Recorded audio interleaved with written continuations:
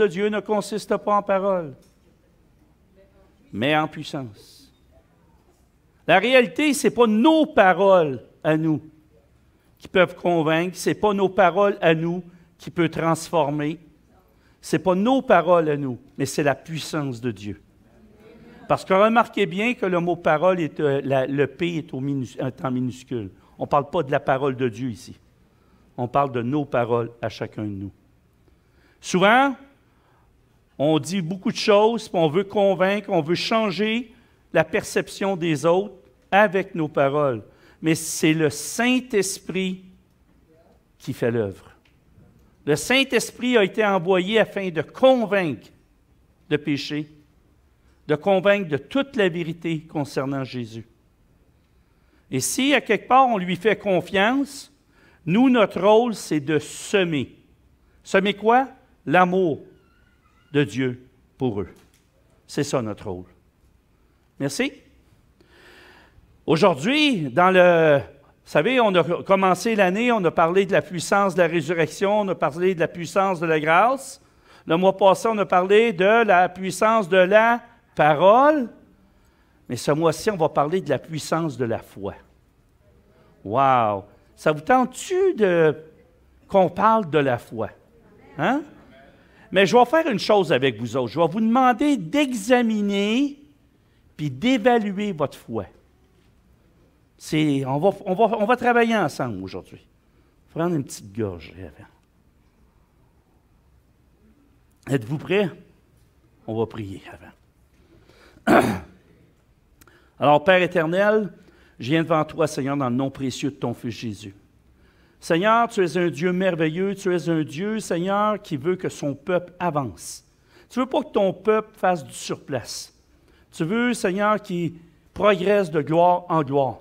Et Père éternel, je te prie ce matin, Seigneur, que le message, Seigneur, qui va être apporté, puisse toucher les cœurs et puisse transformer comme toi, Seigneur, tu veux qu'on soit transformé. Et Père, c'est dans le nom précieux de ton Fils Jésus, je te prie. Amen. Ah. Vous savez, de nos jours, là, je me rends compte qu'il y a beaucoup de chrétiens qui cherchent à façonner l'Évangile à leur image. Hein? Plutôt que l'Évangile les transforme à l'image de Christ. On va remarquer que ces chrétiens-là, généralement, ils aiment bien ça, prendre l'Évangile comme s'ils iraient à l'épicerie. Hein? Quand tu vas à l'épicier, tu as des comptoirs. « Ah, moi, j'aime pas ça du foie, j'en prends pas. Je prends juste ce qui fait mon affaire. Hein? » Puis c'est un peu comme ça qu'ils se font. Ils préfèrent les bénédictions, la prospérité, l'abondance, la grâce, ou encore plus de grâce, les bontés de Dieu, les prophéties. Mais quand il est question que Dieu nous reprenne, Dieu nous montre des choses, mais ça, on aime moins ça. Fait que c'est comme l'épicerie. Oh! Moi, là, j'aime pas tellement ça des fèves. J'en achèterai pas. Hein? Mais on ne peut pas prendre ce que Dieu nous offre comme si ce serait une épicerie. On doit se laisser façonner par l'Évangile et non pas le contraire. La réalité, c'est que nous avons tendance à vouloir façonner Dieu à notre image. Mais la réalité, c'est que c'est nous autres qui doivent être façonnés à l'image de Dieu. Mais c'est encore le même péché qu'à l'origine. Vous savez, le péché à l'origine, c'était quoi? Pensez-vous que c'est l'orgueil? Non. C'est plus que l'orgueil. C'est d'avoir voulu être égal à Dieu. Hein? Donc, le principe d'être égal à Dieu, je dois être façonné à l'image de Dieu. Il faut que moi, que Dieu soit façonné à mon image, parce que c'est impossible de faire le contraire. Je ne peux pas être comme Dieu. Hein? Il y en a juste un. Donc, je vais façonner Dieu à mon image. Je vais le rendre égal à moi. Mais ce n'est pas ce que Dieu veut. Ce qu'on a besoin, la réalité, c'est qu'on a besoin de revenir au fondement de la foi. C'est quoi la foi? Vous savez, moi, j'ai lu un livre un jour, ça s'appelle « La foi authentique, la foi sans hypocrisie ». Ça m'a bouleversé quand j'ai lu ce livre-là. Je le relirai aujourd'hui, je serai encore bouleversé. On doit comprendre que la foi authentique s'exerce au quotidien. Chacun de nous, là, on ne peut pas dire « Moi, j'ai la foi le dimanche, j'arrive le lundi, j'ai plus de foi. » Hein? C'est soit que j'ai la foi ou soit je ne l'ai pas. Mais c'est quoi la foi? C'est ça la question qu'on doit se poser. On doit être comme ceux qui ont été nos prédécesseurs. Si on lit dans Hébreux 11, on va parler d'Abraham, on va parler de toutes ces personnes de foi. Puis là, on voit leur vie. Mais la réalité, je crois que leur foi nous démontre que finalement, c'est dans l'intimité avec Dieu qu'ils ont pu plaire à Dieu. Ce n'est pas seulement une foi qui est distante, c'était une foi proche de Dieu, dans l'intimité avec Dieu, dans un développement d'une relation. Cette foi-là est devenue une totale confiance. Et souvent dans nos vies, ce qui arrive quand on parle de la foi, on est devant une situation et aussitôt qu'on vit la situation, on est ébranlé.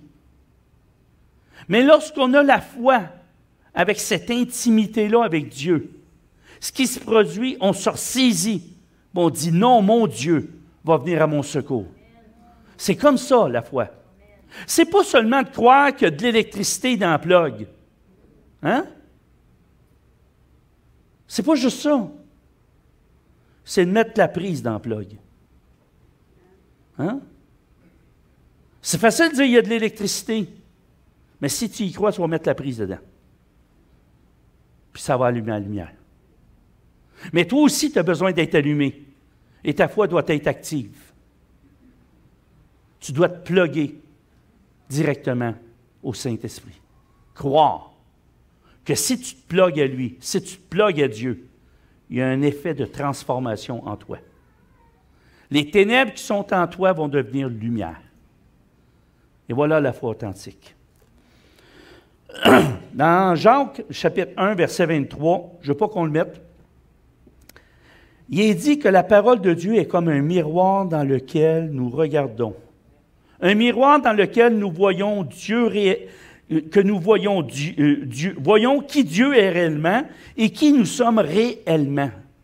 Nous voyons Dieu, ce que Dieu est, mais on voit aussi qui on est. C'est ça, la parole. Hein? Wow! Je vais aller plus loin. Et qui nous sommes réellement. Et ce qui doit changer en nous pour être transformé à l'image de Dieu. Et voilà. Voici ce que c'est la parole. On en a parlé le mois passé. Comment c'est important la parole de Dieu. Notre foi ne doit pas être basée sur nos sentiments. Notre foi doit être basée sur la parole. Comprenez-vous ce que j'essaye de dire là? Ce n'est pas une question de ressentir quelque chose. La foi, des fois, tu ne ressens rien. Tu ne ressens même pas la présence de Dieu. Mais tu sais que tu sais que tu sais que Dieu est vivant. Amen? Et c'est ça la foi. Et tu sais que si Dieu t'a dit quelque chose, même si tu ne ressens rien, tu sais que Dieu va l'accomplir. Amen? Une méchante différence.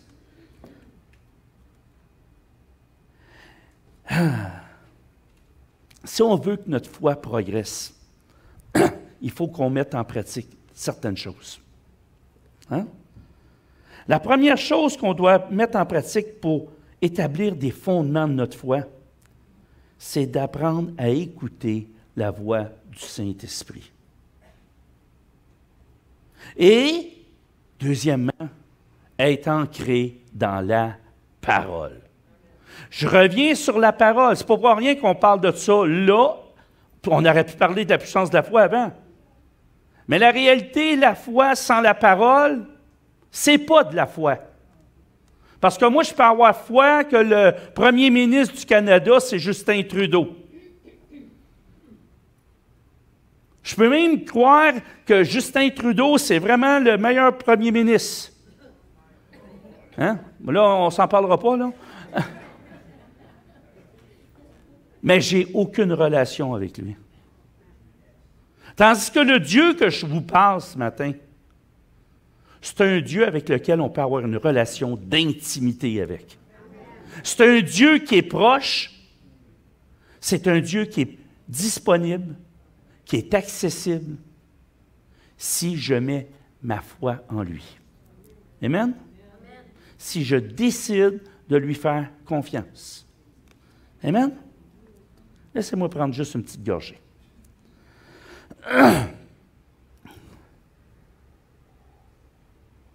Alors, ce matin, ce qu'on va faire, on va examiner notre foi. On va regarder ça ici, là. On va découvrir la puissance d'une foi authentique. Pas de la foi que « Ah, moi j'ai foi en Jésus. » Ah oui? Si tu as foi en Jésus, sache une chose, les démons aussi ont foi en Jésus. C'est pas suffisant.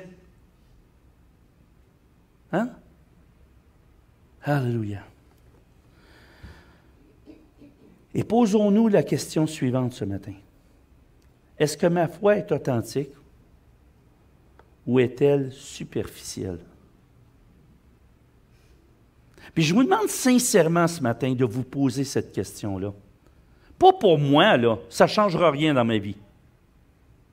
Mais ça peut tout changer dans votre vie spirituelle. Amen?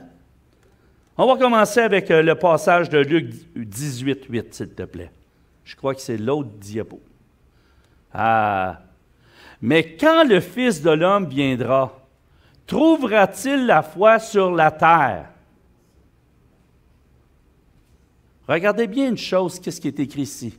Trouvera-t-il la foi sur la terre? Lorsqu'on va chercher le mot foi, on va réaliser que le mot foi est traduit par pistis en grec. Et le mot pistis veut dire fidélité, confiance ou conviction. Et ce que j'essaye de vous amener aujourd'hui, c'est si je le traduirais, je pourrais le traduire comme « Mais quand le Fils de l'homme viendra, trouvera-t-il de la fidélité sur terre? Hein? Serez-vous fidèles? Allez-vous avoir une confiance absolue en Dieu? Ou tous les événements vont vous ébranler? Alléluia. Passons à l'autre passage, Hébreux. Or, sans la foi, que celui qui s'approche de Dieu croit que Dieu existe et qu'il est le rémunérateur de ceux qui le cherchent. Wow! On parle encore de la foi ici. Or, sans la foi. Veux-tu me mettre l'autre, s'il te plaît? Et dans le grec, c'est encore le mot pistis. Lorsqu'on va chercher le mot fidélité, la traduction en grec, c'est pistis. Lorsqu'on va chercher le mot foi, la traduction en grec, c'est pistis. C'est exactement le même mot. C'est intéressant. La fidélité de Dieu, c'est comme la bague que le Père a remis à l'enfant prodigue. Lorsqu'on prend la bague, la fidélité, la foi sont interreliées. On pourrait dire que Dieu est fidèle. On est-tu d'accord avec ça? Hein? Puis c'est même écrit, Dieu est fidèle. Donc, on pourrait dire que Dieu a foi en nous. Est-ce que nous, on a foi en Dieu? Est-ce qu'on a la foi en Dieu? Oui, Dieu a foi en nous, Cécile, je te le dis. Dieu a vraiment foi en nous. Et c'est souvent ce qu'il nous dit. Ça a deux sens, le mot fidèle. Ça a le sens de la foi, puis ça a le sens de la fidélité, être fidèle à quelqu'un. Mais lorsqu'on dit « j'ai foi en Dieu », c'est comme si je disais « je suis fidèle à ce qu'il me dit ». Comprenez-vous ce que j'essaye de dire là? C'est le même sens. Quand Dieu dit « c'est un Dieu fidèle », c'est un Dieu qui nous fait confiance, qui a foi, qu'on va être capable d'accomplir ce que lui veut qu'on accomplisse. Il nous a choisis. Et s'il nous a choisis, il n'a pas fait d'erreur. Êtes-vous d'accord avec ça? Pensez-vous que Dieu a fait une erreur lorsqu'il vous a choisi? Que ceux qui pensent que Dieu a fait une erreur, lèvent la main. Bon, vous êtes tous d'accord avec ça? Dieu vous a choisi, il n'a pas fait d'erreur. Donc, ça se peut-tu qu'il ait confiance que vous accomplissiez sa volonté? Oh, vous n'avez pas de l'air convaincu, là. Hein? Là, je vais entendre ça. Est-ce que vous croyez que Dieu a confiance que vous allez accomplir sa volonté? Ah, là, c'est mieux, là, un petit peu, là. Ah, vous avez peur de vous engager, hein? Ah, vous pensez que je vais vous amener dans un tournant, là? Aïe, aïe, aïe, aïe, aïe, aïe, aïe, vous voyez venir? J'aime ça parce que vous avez peur. Une bonne peur, quand même. Une bonne crainte, là, tu sais, quand même. La question, c'est, est-ce que nous sommes fidèles à l'appel de Dieu pour notre vie? Notre foi est-elle authentique? Est-ce que c'est une foi sans hypocrisie ou c'est une foi superficielle? Devant les autres, « Wow, j'aime Dieu, j'aime Dieu. Oui, Seigneur, sois béni, Seigneur. » Mais de l'autre côté, dans la réalité des faits, tu es complètement différent. Ta foi est morte, stérile, sans action. Pose-toi la question. Moi, je ne peux pas répondre à ça, mais toi, tu peux y répondre. Puis je crois que c'est important qu'en débutant ce mois-ci, où est-ce qu'on va parler de la puissance de la foi, que tu puisses examiner ta foi, que tu puisses la regarder comme dans un miroir. Parce que c'est déterminant pour ta vie spirituelle. Amen? Maintenant, si nous désirons avoir une foi authentique, une foi puissante, on doit répondre à la foi de Dieu en nous, par notre foi en lui. C'est mieux, je dois répondre à la foi que Dieu a en moi en ayant la foi en lui. C'est un retour, juste un retour. Amen? La foi authentique, c'est quoi? Next. Premièrement, la foi authentique ne dépend pas des œuvres pour notre salut. D'accord? Est-ce que c'est d'accord pour tout le monde? Amen. Fait que ce n'est pas à cause que vous faites des œuvres que vous avez de la foi. Maintenant. Mais la foi authentique devient les œuvres du salut. Lorsque j'ai la foi, cette foi-là me pousse à faire les œuvres. Ce n'est pas l'inverse. Comprenez ce que j'essaye de dire là? OK? La foi n'ajoute rien au salut. OK? Tu es sauvé, mais à partir de là, tu dois développer ta foi. OK? Elle aime les œuvres. La foi, c'est quelque chose qui va te pousser à faire des œuvres pour Dieu. Si tu fais rien, pose-toi la question. Pas normal. La foi aime obéir. Et souvent, ce petit passage-là, les gens ne l'aiment pas. Hein? Parce que la réalité, je vais vous le dire, tous autant qu'on est, on est des rebelles. Nous étions tous des rebelles à Dieu. Qui n'était pas rebelle à Dieu? Ah, vous n'osez pas lever la main, hein? Ah, tu n'étais pas un rebelle, toi? Moi, je peux vous dire, j'étais 2 fois rebelle, OK? Même 3, si je suis capable, puis 4. J'étais le plus rebelle des rebelles, OK? Et le Seigneur a brisé le rebelle. Il fait grâce aux humbles. Il résiste aux orgueilleux.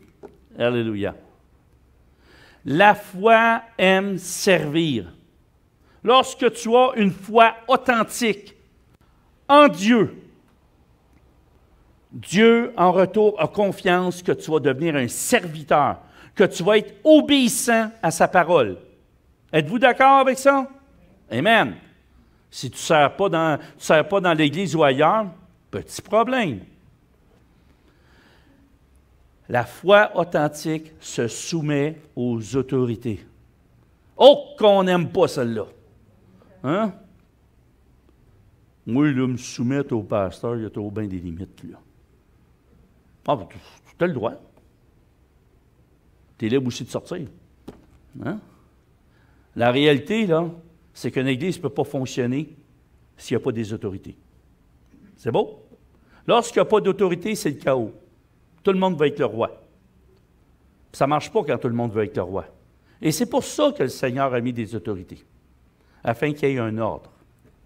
Parce que le royaume de Dieu, ce n'est pas un royaume désordonné. C'est un royaume qui est ordonné. Amen? Donc, c'est la représentation du royaume de Dieu. Hein? Moi, quand je vais arriver au ciel, je ne vais pas dire à Jésus, « Hey, tu vas t'enlever de ton trône, là, je le veux, ton trône. » Hein?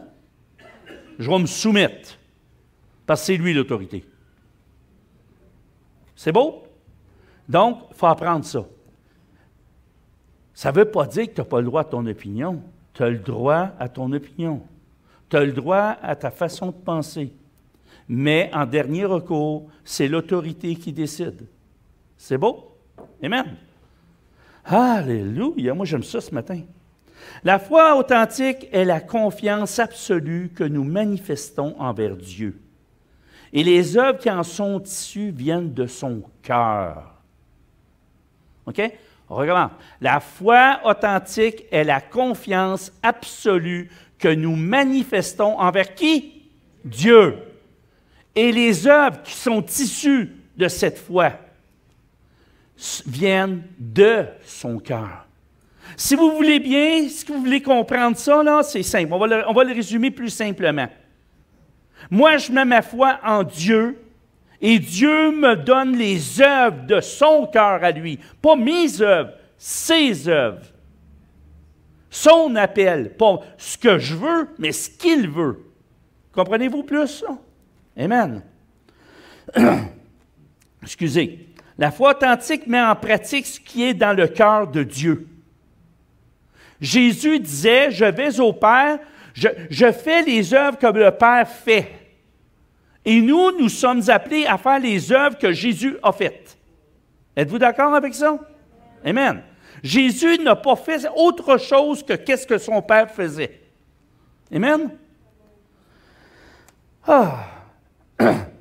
La foi authentique avec les œuvres n'est pas la porte d'entrée pour le salut, mais c'est la preuve et la pratique du salut. Amen. La foi authentique avec les œuvres n'est pas le moyen, mais la manifestation glorieuse et merveilleuse de notre salut. Wow! La foi authentique avec les œuvres n'est pas passive et stérile. Hein? Je répète ça. La foi authentique avec les œuvres n'est pas passive et stérile. Elle est puissante et surnaturelle. Lorsqu'on a cette foi authentique, on reçoit les œuvres que Dieu veut qu'on fasse. On est propulsé de l'avant et on est en action. Et ça, c'est puissant. Parce que là, à ce moment-là, ce qui se produit, c'est qu'on est investi d'une mission directe de Dieu. Et là, il y a l'onction qui vient avec. L'onction qui guérit, l'onction qui délivre. Qu'est-ce qu'on veut? Hein? Faire la volonté de Dieu. Lorsque notre désir profond est avant tout de faire sa volonté, les œuvres qu'il a réservées pour chacun de nous, il les met dans notre cœur. Il nous pousse à les accomplir. Et lorsqu'on se met à accomplir les œuvres que Dieu a préparées d'avance pour nous, le Saint-Esprit nous pénètre. Il y a une puissance qui nous accompagne et ça devient surnaturel. Est-ce que c'est ça qu'on veut voir? Oh, vous n'avez pas de l'air. Ça n'a pas de l'air que vous avez le goût de voir ça. Avez-vous le goût de vivre cette côté surnaturel-là dans vos vies? Ah, parlez-moi de ça. Alléluia. Ah, je vous aime. Vous savez, anciennement, dans le christianisme religieux, quel que soit le christianisme religieux ou toute religion, ce qui est enseigné, mettons, la religion nous enseigne à faire les choses pour être sauvés. D'accord? C'est ce que ça nous enseigne. Quelle que soit la religion, mettons, musulmans, il faut qu'ils s'agenouillent, il faut qu'ils prient, c'est la façon de le faire, puis il faut qu'ils obéissent, puis c'est une loi. OK? Mais nous autres, dans le christianisme authentique, faire vient de ce que nous sommes. Nous sommes des enfants de Dieu et nous faisons les choses de Dieu. Amen? Faire vient de ce que nous sommes, de notre identité. Et ça, on va en reparler de l'identité. Parce qu'il y en a plusieurs ici qui ne savent pas qui ils sont. Je vais vous le dire aujourd'hui. Vous êtes des enfants de Dieu avec une identité unique. Dieu vous a choisi, chacun de vous autres, pour quelque chose de précis. Et Dieu vous regarde comme une perle précieuse. Vous êtes la prunelle de ses yeux. Chaque cheveu que vous avez sur la tête est compté. Hein? Il vous a tissé dans le ventre de votre mère. C'est lui qui a fait le tricotage, là. Puis il n'a pas créé quelque chose de laid. Il a créé une belle créature. Amen? Fait que moi, ce matin, je vous donne juste des aperçus de ce que vous êtes. Mais on va en reparler. Parce que si vous connaissez votre identité, tu jalouses plus ton frère puis ta sœur. Parce que tu connais qui tu es. Amen? Et tu sais que tu es précieux aux yeux de ton Père. Et que ce n'est pas parce que tu es la tête de l'Église que tu es plus précieux que le petit dans l'Église. Moi, là, je ne suis pas plus précieux que vous autres. Dieu m'aime autant que vous autres. Puis c'est pour ça que je vous aime, parce que je sais comment que Dieu vous aime. Amen? Parce que moi, je connais mon identité. Fait que même si vous venez me dire après l'assemblée, c'était bon, pasteur, ça ne change rien. Merci de me le dire, mais ça ne changera pas qui je suis. Ça ne m'ébranlera pas que tu me dises, c'était pas bon ce matin. Ça ne m'ébranle pas. Parce que je sais qui je suis. Comprenez? Quand on connaît notre identité, on ne se laisse pas affecter ou infecter. Amen? Est-ce que vous voulez vivre ça? Amen. Mais il faut commencer par une foi authentique. Il faut commencer par marcher dans la foi, la réelle foi. Et là, notre identité devient de plus en plus évidente. Amen? Alléluia. Vous savez, la foi authentique, ce que ça fait, là, ça nous branche directement à la vigne, eh oui, à la vigne de Christ. Vous savez, c'est le vigneron, hein? Il nous bloque là. Puis cette vigne produit en nous des fruits abondants. On est plugué à Christ. Et en étant plugué à la vigne de Christ, on commence à produire des fruits abondants. Lorsqu'on a cette foi authentique. Et dans cette vigne, on puise tout ce qu'on a de besoin. Parce qu'on est directement relié à Christ. Et lui prodigue tous les soins qu'on a besoin. Il rencontre tous les besoins qu'on a. Wow! Vous savez, on n'est pas sauvé par la foi. Ce n'est pas la foi qui nous sauve.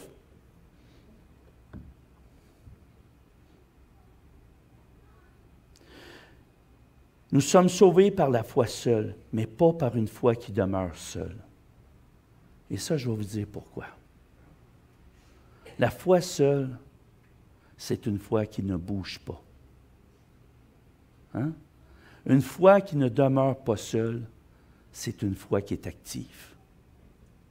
C'est une foi qui avance. C'est une foi qui dit, moi, je vais avancer. Je vais courir vers le but, comme Paul disait. Vous savez, il n'a pas dit, je vais marcher. Il a dit qu'il court. Hein? Puis il dit de racheter le temps. Pourquoi? Parce qu'il voyait l'importance qu'une vie a. C'est tellement petit, une vie. Donc, ça presse que je cours vers Christ et que j'aille toute la révélation de Christ. Amen? La foi authentique, c'est de mettre notre confiance en Dieu et lui obéir en accomplissant ses œuvres. Et ses œuvres, c'est de l'aimer lui, le seul Dieu, et les hommes passionnément pour qui il a tout sacrifié. On répète ça, là. Et ses œuvres, c'est de l'aimer lui, le seul Dieu. Êtes-vous d'accord avec ça? Hein? Mais pas seulement ça. Et les hommes, passionnément, pour qui il a tout sacrifié. Il a donné son Fils unique pour chacun de nous. Et par amour, cette foi authentique-là qui va se manifester, va faire les œuvres de Dieu. Pourquoi? Parce qu'il a aimé les hommes passionnément. Et qu'on doit le faire nous aussi. On doit aimer notre prochain comme Christ nous a aimés. Amen? Alléluia. Si on regarde le mandat de l'apôtre Paul, il écrit dans son épître, on constate que c'était d'une importance cruciale. Lui ne le savait probablement pas, mais l'Esprit de Dieu le savait. Quand il a écrit toute son épître, là, OK? Il a écrit ça, mais il ne savait pas l'importance que ça aurait sur l'avenir. Mais la réalité, c'est que quand il a écrit ça, c'est avant que le peuple de Dieu soit persécuté. Et là, il a parlé de la foi. Ouais. L'apôtre Jacques reçoit un mandat du Saint-Esprit. Il ne sait pas. Pour communiquer au peuple que ce ne sera pas à travers les imitations, les facsimilés, les copies diluées. Vous savez, des fois, on pense que notre foi peut être suffisante. Tu sais, une copie de la foi. Tu sais? Tu prends la foi authentique, tu la mets dans le photocopieur. Ce qui sort, c'est juste une copie. Ce n'est pas l'original. Hein? Fait que souvent, il y a des gens qui pensent que les tribulations, mais que ça arrive, moi, je vais être capable. C'est pas que tu vas être capable, c'est que Dieu va être capable à travers toi. C'est ça, la vraie foi. La vraie foi ne dépend pas de mes capacités, mais elle dépend des capacités de Dieu. Est-ce que vous avez le goût de passer à travers les tribulations? Les tempêtes? Personne n'a le goût de ça. Mais si ça arrive, êtes-vous prêts? Est-ce que votre foi va être suffisante pour faire face à ça? C'est ça aussi, examiner notre foi ce matin. C'est se poser ces questions-là. Est-ce que ma foi, moi, va être suffisante? Amen? Ah.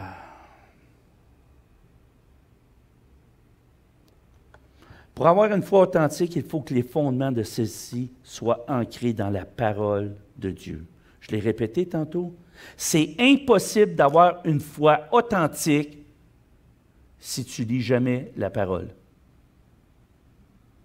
Parce que tu peux avoir une foi qui est un facsimilé. Vous savez, c'est quoi un facsimilé? Hein? C'est comme quelque chose, une copie, mais il manque des affaires un petit peu. Là, tu sais. Des fois, il manque des accents aigus. Des fois, il manque le « et » ou le « ou la virgule. Vous savez que ça change tout dans un texte, hein, une virgule? Hein? Lisez un texte sans virgule, sans point, sans tréma, sans rien. Là, vous allez... des fois, tu risques de ne pas comprendre le texte. Mais la virgule va te faire comprendre. Hein? Si ici, là, il n'y aurait pas le point-virgule, comment tu lirais ça? Hein? Et voilà. La réalité, c'est important. On a besoin d'avoir des virgules. On a besoin d'avoir la parole qui nous enseigne et qui fait grandir notre foi. Notre foi ne peut pas grandir sans la parole. Nous avons besoin de la parole de Dieu. Et si je ne lis jamais ma parole, ma foi va devenir stérile. Comprenez-vous ce que j'essaye de dire? Ça va être une copie de la foi. Ça ne sera pas de la foi authentique. Moi, je vous pose une question. Qui veut avoir de la foi authentique ici ce matin? Qui veut avoir de la foi authentique? Qui s'engage à lire sa Bible? Ah! Et voilà, c'est ça. Et voilà. Merci. L'apôtre Jacques, au chapitre 2, nous dit que notre foi doit être sans préférence, ni préjugés, mais avec la perspective de Dieu. Là, je vous explique. Quelqu'un rentre ici,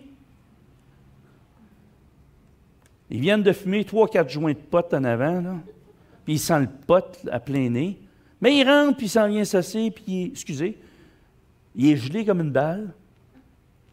Comment tu vas le traiter? Est-ce que ta foi va le juger ou ta foi va l'aimer? Si ta foi le juge, c'est que ta foi n'est pas authentique. Parce que notre foi est basée sur qui? Sur ce que Jésus a fait. Est-ce que Jésus, lorsqu'il y avait la femme adultère, l'a regardé comme un déchet de l'humanité? Non, il l'a regardé comme un âme blessée. Et il l'a aimé. Et moi, ce que j'attends de l'Église, c'est de les aimer. Une autre situation, un transsexuel qui rentre ici, parce que ça va arriver, hein? Je vous avertis. C'est quelque chose qui va se produire. Comment allez-vous le traiter? Je veux juste vous aviser, là, dans ma famille, j'ai un neveu qui est transsexuel. Le fils de ma sœur qui est décédé. Donc, il va être là le 15. Et c'est ça. Hein? Comment je dois me comporter face à lui? Avec jugement ou avec amour? Comment je peux le gagner pour le royaume?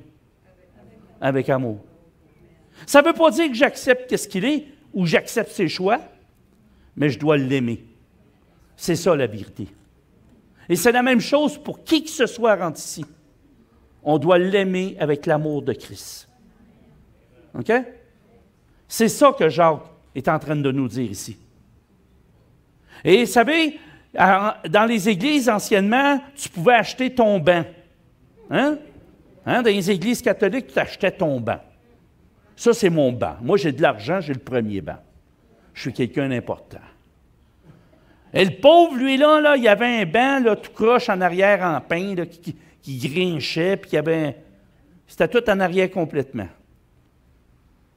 Les pauvres étaient en arrière, puis les riches étaient en avant. Les derniers seront les premiers dans mon royaume. Hein? C'est ce que le Seigneur nous dit. Hein? Hein? Mais la réalité, là, c'est que si un pauvre vient s'asseoir ici en avant, je vais être heureux. Parce que moi, ici, je n'ai pas je regarde pas les gens, puis je ne fais pas d'acception de personne. Moi, chaque personne qui est dans cette église-là est importante. Quelle que soit son origine, quelle que soit sa culture, quelle que soit sa race, mettez-les comme vous voulez. Je vous aime tous, sincèrement. OK? Puis c'est ce que Dieu me demande de faire. Parce que vous êtes toutes les brebis de Dieu. Et vous êtes toutes des personnes que Dieu a choisies.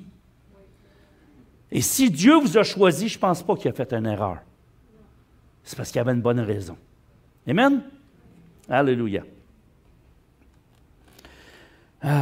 Voici ce que Jacques dit dans Jacques 2. Peux-tu le mettre?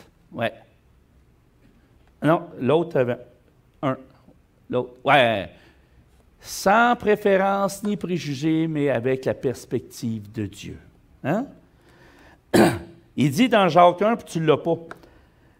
Dans Jacques 2, verset 1, il dit, « Mes frères, que votre foi en notre glorieux Seigneur Jésus-Christ soit exempte de toute acception de personne. » Il dit bien « votre foi ». Ici, il parle vraiment de cette fidélité en Christ, de cette foi en Christ qui est authentique, qui ne fait aucun jugement et qui accueille.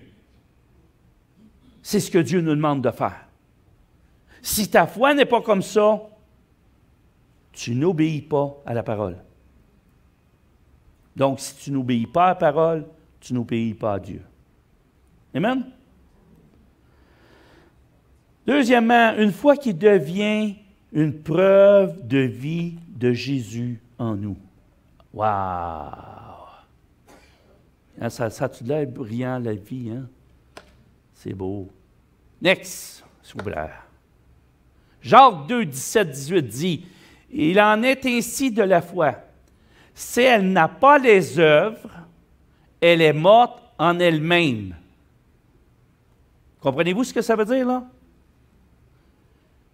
Mais quelqu'un dira, « Toi, tu as la foi et moi, j'ai les œuvres.